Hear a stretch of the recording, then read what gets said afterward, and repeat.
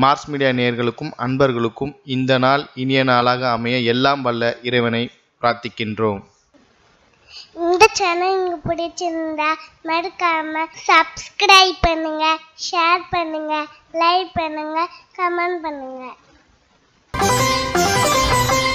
ஓம் ஸ்ரீ குருப்யோ நமः. வக்ரதுண்ட மகாகாய சூரியகோடி சமப்பிரப நிர்விக்னம் குருமே தேவ சர்வகாரியேஷு சர்வதா. மார்ஸ் மீடியா நேயர்கள் எல்லாருக்கும் ஜோதிட குருஜியின் இனிய வணக்கங்கள், வாழ்த்துக்கள், ஆசீர்வாதங்கள். எனதருமை கன்னிராசி அன்பர்களே, இந்த பதிவில் நம்ம என்ன பார்க்க போறோம் அப்படின்னா, நிகழும் மங்களகரமான குரோதி வருடம் ஆவணி மாத ராசி பலன். இந்த ஆவணி மாசத்துல எந்தெந்த கிரகங்கள் உங்களுக்கு அற்புதமா வேலை செய்ய போறது, எந்தெந்த கிரகங்கள் மூலமா நீங்க கவனமா இருக்கணும், பரிகாரமா என்ன பண்ணினா ரொம்ப விசேஷம், இதை பத்தி தான் இந்த டாபிக்ல பார்க்க போறோம். அதுக்கு முன்னாடி இந்த கன்னிராசி அன்பர்கள் எப்படிப்பட்டவர்கள் அப்படின்னு பார்த்தீங்கன்னா, எடுக்கிற காரியங்களில் கவனமாக இருப்பீங்க, ஒவ்வொரு விஷயத்துலையும் தெளிவாக இருப்பீங்க, இப்படித்தான்னு முடிவு பண்ணுவீங்க. ஆனால் சில நேரங்களில் சில குழப்பங்களுக்கு நீங்கள் ஆளாவீங்க. எப்படி அப்படின்னா, இப்போ உங்களோட ராசிநாதன் புத பகவான், ஸோ உங்களுக்கு இயற்கையிலே அறிவு அதிகமாக இருக்கும், ஒவ்வொரு விஷயத்தையும் கற்றுக்கணும், ஒவ்வொரு விஷயத்திலையும் ஜெயிக்கணும் அப்படிங்கிற ஒரு வெறி இருக்கும். ஆனால் இதே பாருங்க, தனுசு ராசி அன்பர்கள், மீன ராசி அன்பர்கள், அவங்க கிட்டலாம் நீங்கள் பேசும்போது கவனமாக இருக்கணும். ஏன்? அவங்க ராசிநாதன் குரு பகவான். குருங்கிறவர் யாரு? அறிவுக்கும் மேலானவர். அறிவுங்கிறது நம்ம ஒவ்வொரு விஷயத்திலையும் தான் நம்ம அறிவை வச்சுப்போம், ஆனால் குருங்கிறவர் எல்லாத்துக்கும் மேலே. அதனால தான் மாதா பிதா குரு தெய்வம். இந்த இடத்துல அறிவு வைக்கல, மாதா வந்தோடனே அம்மா அப்பா குரு, குரு வந்தாலே அறிவு வந்துடும் அப்படிங்கிற மாதிரி. ஸோ இந்த இடத்துல நீங்கள் அவங்கக்கிட்டலாம் கொஞ்சம் அனுசரித்து போகிறது நல்லது. அந்த வகையில் உங்களுக்கு அறிவு இயற்கையாகவே இருக்கிறதுனால ஒவ்வொரு விஷயத்துலையும் நீங்கள் தெளிவாக இருப்பீங்க. ஆனால் இப்போ கொஞ்சம் காலமாகவே குழப்பத்தில் இருக்கீங்க. ஒன்று குடும்பம், இல்லைன்னா ஏதாவது ஒரு விஷயத்தில், நண்பர்கள் விஷயத்தில், வாழ்க்கை துணை வழி உறவினர்கள் விஷயத்தில், வாழ்க்கை துணை விஷயத்தில், இதிலெல்லாம் நீங்கள் கொஞ்சம் குழப்பத்தில் இருக்கீங்க. தெளிவாக இருங்க. முதல்ல பார்த்தீங்கன்னா, இந்த மாத கிரகநிலைகளை ஆராய்ந்து பார்க்கும் பொழுது உங்களோட 9ஆம் இடமாகிய பாக்கியஸ்தானத்தில் 4-7 குடையாதிபதி குரு, அடுத்தபடியாக 3-8 குடையாதிபதி செவ்வாய், இந்த 2 பேரும் 9ஆம் இடத்துல இருக்கிறது ரொம்ப விசேஷம். குருமங்கள யோகத்தை பரிபூர்ணமாக நீங்கள் அனுபவிக்கிறீங்க. ஏன் அப்படின்னா, இந்த குரு 9ஆம் இடத்துல இருக்கிறது ரொம்ப ரொம்ப விசேஷம். 2, 5, 7, 9, 11 இதிலெல்லாம் இருந்தால் ரொம்ப ரொம்ப விசேஷம். அப்போ இந்த 9ஆம் இடத்துல இருக்கிற குரு உங்களுக்கு சில அனுகூலங்களை கொடுத்து கொண்டிருக்கிறார், ஒரு சில நன்மைகளை கொடுத்து கொண்டிருக்கிறார். அது உங்களுக்கு கண்டிப்பாக தொடரும். அடுத்தபடியாக 3-8 குடை அதிபதி செவ்வாய், அவரும் 9ஆம் இடத்துல இருக்கிறது. தந்தையார் ஆதரவாக இருப்பார், தந்தை வழி உறவினர்கள் ஆதரவாக இருப்பாங்க, உற்றார் உறவினர்கள் ஆதரவாக இருப்பாங்க, நண்பர்கள் ஆதரவாக இருப்பாங்க, வாழ்க்கை துணையும் ஓரளவுக்கு உங்களுக்கு அனுகூலமாக இருப்பாங்க. சீருடை பணியாளர்களாகிய காவல், ராணுவம், தீயணைப்புத்துறை, மருத்துவத்துறையில் வேலை பார்க்கும் நண்பர்களுக்கு எதிர்பார்க்கும் இடமாற்றம், பதவி மாற்றம், பதவி உயர்வு, சம்பள உயர்வு அருமையாக வந்து சேரும். அடுத்தபடியாக 26/8/2024 முதல் இந்த செவ்வாய் பகவான், 3-8 குடை அதிபதி செவ்வாய் எங்கே வரப்போறாருன்னு பார்த்தீங்கன்னா, ஜீவனஸ்தானமாகிய 10ஆம் இடத்துக்கு வந்துடுறார். 10ஆம் இடம் அப்படின்னாலே இந்த செவ்வாய் வந்தாலே திக்பலம், பலம் அடைஞ்சிடாரு. அதாவது 2 பலம் இருக்கு, திக்பலம், நிஷ்பலம். நிஷ்பலத்தில் இருந்தாலும் நன்மை தான், ஏன்னா பலம்னாலே நல்லது தான். அப்போ பலவீனம்ல சொல்லணும், நிஷ்பலவீனம்ல. ஸோ பலம் அப்படின்னாலே எல்லா விஷயத்திலும், ஆனால் இந்த விஷயத்தில் கவனமாக இருக்கணும்னு அர்த்தம். இந்த திக்பலம் இருக்கும்போது உத்தியோகத்தில் போடுன்னு போடுவீள், ரொம்ப அற்புதமாக செயல்படுவீங்க. நீங்கள் எல்லாரும் ஆச்சரியப்படுற அளவுக்கு வேலை செய்வீள். அதே மாதிரி தொழில் வியாபாரம் ரொம்ப சிறப்பாக இருக்கும், ரொம்ப அற்புதமாக வேலை செய்வீள். எடுக்கிற காரியங்கள்லாம் இந்த நேரத்தில் உடன்பிறப்புகள்லாம் அனுகூலமாக இருப்பா, உடல் ஆரோக்கியமும் சிறப்பாக இருக்கும், பரவாயில்லை சூப்பர் அப்படிங்கிற மாதிரி போயிட்டு இருக்கும். அடுத்தபடியாக லாபஸ்தானமாகிய 11ஆம் இடத்துல ராசிநாதனும் ஜீவனாதிபதியுமான புதன், உங்கள் புத பகவான் எங்கே இருக்காருன்னு பார்த்தீங்கன்னா லாபஸ்தானத்தில் இருக்கார். அற்புதம். 11ஆம் இடத்துல இருக்கிறது ரொம்ப விசேஷம். அதுவும் ராசிநாதன் இருக்கிறது ரொம்ப எல்லா விஷயத்துலையும் ஸ்கெட்ச் போட்டு வேலை செய்வேல். கண்டிப்பாக உங்களுக்கு உயர்வுகள், தொழில் வியாபாரம், உத்தியோகம் எல்லாத்துலேயும் உண்டு. அடுத்தபடியாக எழுத்து மற்றும் அச்சுத்துறையில் இருக்கும் நண்பர்களுக்கு வாய்ப்புகள் கண்டிப்பாக கிடைக்கும். அதேமாதிரி இந்த கலைத்துறையில் இருக்கா பாருங்க, ஏன்னா இந்த கன்னிராசியில் இருக்கிறவெல்லாம் முக்கால்வாசி பேர் கொஞ்சம் கலைத்துறையில் இருப்பா, ஈடுபாடு அதிகமாக இருக்கும். இந்த எழுத்துத்துறையில், இல்லைன்னா இந்த ரைட்டர், அது என்ன டைலாக்லாம் எழுதுவா பாருங்க, வசனகர்த்தா, அவங்க எல்லா இதுலேயும் அவங்க ரொம்ப சின்சியராக இருப்பீங்க. அவங்களுக்கெல்லாம் ஒரு அற்புதமான ஒரு முன்னேற்றம் கண்டிப்பாக கிடைக்கும்.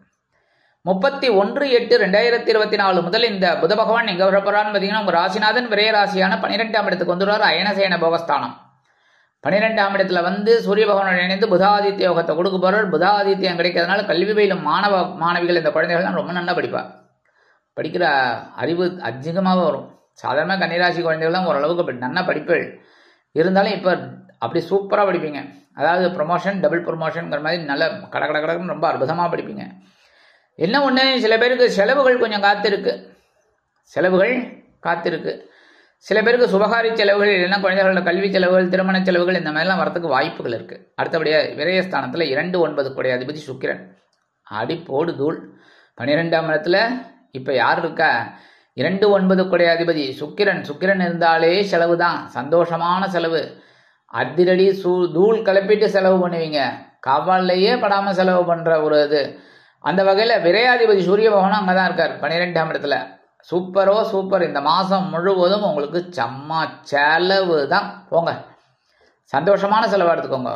அதுக்கு தான் என்ன பண்ணணும் அப்படின்னா உடல் ஆரோக்கியத்தில் கவனமாக இருக்கணும். ஏன்னா அயன சயன போகம் 12ஆம் இடம் அப்படிங்கும்போது அயனம் இடமாற்றம் கிடைக்கலாம், சயனம் தூக்கம் போகும். எப்படி தூக்கம் போகும்? ஒவ்வொரு வேலைகளையும் நீங்கள் இழுத்து போட்டுன்னு செய்யறதுனால உத்தியோகத்திலையும் சரி தொழில் வியாபாரத்திலையும் சரி கொஞ்சம் கடுமையாக பாடுபடுவேன். அந்த கடுமையாக பாடுபடுறதுனால நேரங்காலம் தெரியாமல் சாப்பிட்ற மாதிரி ஆகும். சாப்பிட்ற மாதிரி இருந்தால் உடல் ஆரோக்கியம் கெட்டு போகும். அதனால் முதல்ல இப்படி வாங்க. உடல் ஆரோக்கியம் கெட்டு போகாமல் இருக்கணும்னா நேரங்காலம் தெரிஞ்சு சாப்பிடுங்க. அந்தந்த டயத்துக்கு ஒரு 10 நிமிஷம் 15 நிமிஷம் சாப்பிட்றதுல ஒன்றுமே ஆகிடாது. சரியா? அப்படி கோடிக்கணக்கில் வியாபாரம் பண்ணுறவாள்லாம் கிடையாது. அம்பானி அதானி கூட கொஞ்சம் உட்காந்து சாப்பிட்டு போயிடுவா. சரியா? அந்த மாதிரி இருக்கும். அடுத்தபடியாக 26/8/2024 முதல் 2/9 கூடிய அதிபதி சுக்கிர பகவான் ஜென்மராசிக்கு வர்றார். ஜென்மராசிக்கு வர்றது ரொம்ப சந்தோஷம். ஆனால் நீச்சம் அடைகிறார். ஏன்னா உங்கள் ராசியில் சுக்கிரன் நீச்சம். ஏன்னா புதன் இது இல்லை சொல்லுங்க, புதன் ஆட்சி உச்சம் மூலத்திரிகோணம் இவ்வளோ வேலையை வச்சுட்டு அவர் உட்காந்துட்டு இருக்கும்போது சுக்கிரனுக்கு அங்கே என்ன வேலை சொல்லுங்க? பொழுதுபோக்கு அம்சங்களுக்கு என்ன வேலை? அதனால அவர் நீச்சம் ஆயிடுறார். ஸோ இந்த விஷயத்துலலாம் நீங்கள் கவனமாக இருக்கணும். உடல் ஆரோக்கியத்தில் கவனமாக இருக்கணும். எல்லா விஷயத்துலையும் கவனமாக இருக்கணும். இந்த செலவுன்னு வருது பாருங்க, அதிலெல்லாம் செலவு என்ன ஒரு இது இருக்கணும். அதாவது என்ன கண்ட்ரோல். சரியா? ஏன்னா தனவரவு 2ஆம் வீட்டு அதிபதி அப்படிங்கிறதுனால தனவரவு வரும். ஆனால் அவசியமான செலவு பண்ணிட்டீங்கன்னா கடன் வாங்குற மாதிரி ஆகிடும். அதனால் கவனமாக இருக்கணும். அடுத்தபடியே ஜென்ம ராசியில் ஆல்ரெடி கேது பகவான் அங்கே உட்காந்துட்டு இருக்காரு, குழப்பத்தை கொடுத்துருக்காரு. ஏன்னா 7ஆம் இடத்துல ராகு உட்காந்துட்டு இருக்காரு. 2 பேரும் சமசப்தமாக பார்வையை பார்த்துட்டு உங்களுக்கு குட்டுன்னு கூட்டின்னு இருக்காங்க. நான் ஏற்கனவே ஃபஸ்ட்டு சொன்னேன் பாருங்க, ஃபஸ்ட்டு பாரா குடும்பத்தில் குழப்பம், நண்பர்கள்ட்ட குழப்பம் எல்லாமே. ஏன்? இந்த 2 கிரகங்களும் கொஞ்சம் அப்படி இப்படி இருக்கிறதுனால தான். இதில் எல்லாம் நீங்கள் என்ன பண்ணணும் அப்படின்னா எல்லா விஷயத்துலையும் கவனமாக இருங்கோ, அவ்வளோதான். உடல் ஆரோக்கியம், கணவன் மனை ஒற்றுமை எல்லாத்துலேயும் கொஞ்சம் கவனமாக இருக்கிறது. பேசுகிற வார்த்தைகள், வாகன பயணங்களில் எல்லாத்துலேயும் கொஞ்சம் கவனமாக இருந்தீங்கன்னா ரொம்ப ரொம்ப விசேஷம்.